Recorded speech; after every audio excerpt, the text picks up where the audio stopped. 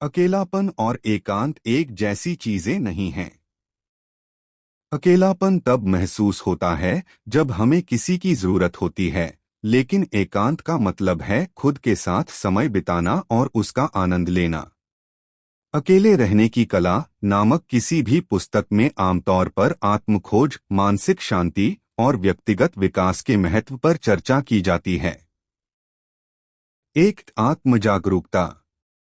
अकेले रहने से हमें अपने विचारों और भावनाओं को गहराई से समझने का समय मिलता है। यह हमें हमारी असली पहचान और जीवन के उद्देश्यों को जानने में मदद करता है। 2. एकांत का महत्व। एकांत हमें आत्मचिंतन का अवसर देता है, जिससे हम खुद को और बेहतर बना सकते हैं। यह हमें आंतरिक शांति और संतुलन बनाए रखने में मदद करता है। 3. आत्मनिर्भरता। जब हम खुद पर भरोसा करना सीखते हैं, तो हमें बाहरी मान्यता, वैलिडेशन की आवश्यकता नहीं होती।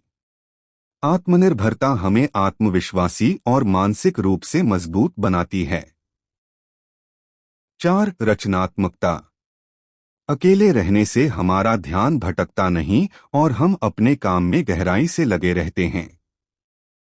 यह नए विचारों को जन्म देने और रचनात्मकता को बढ़ावा देने में मदद करता है।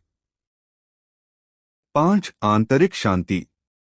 अकेले समय बिताने से तनाव कम होता है और हम अपने मन को शांत कर सकते हैं।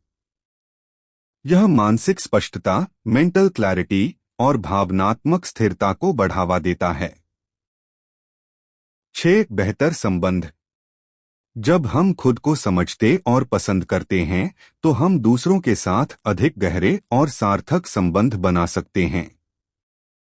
यह हमें दूसरों पर निर्भर होने की बजाय एक स्वतंत्र और संतुलित इंसान बनने में मदद करता है। 7. धैर्य और सहनशीलता। अकेले रहने की कला सीखने से हम जीवन की कठिनाइयों का सामना मजबूती से कर सकते हैं। यह हमें आत्मबल और आत्मसंयम प्रदान करता है। 8. आध्यात्मिक विकास। एकांत में ध्यान, मेडिटेशन और आत्मचिंतन करने से हमारी आत्मा को शांति मिलती है। यह हमें खुद से और ब्रह्मांड से जुड़ने का अवसर देता है। अकेलापन कमजोरी नहीं, बल्कि एक अवसर है खुद को जानने और विकसित करने का। जब हम अकेले रहने की कला सीख लेते हैं, तो हम आत्मनिर्भर, आत्मविश्वासी और मानसिक रूप से मजबूत बन जाते हैं।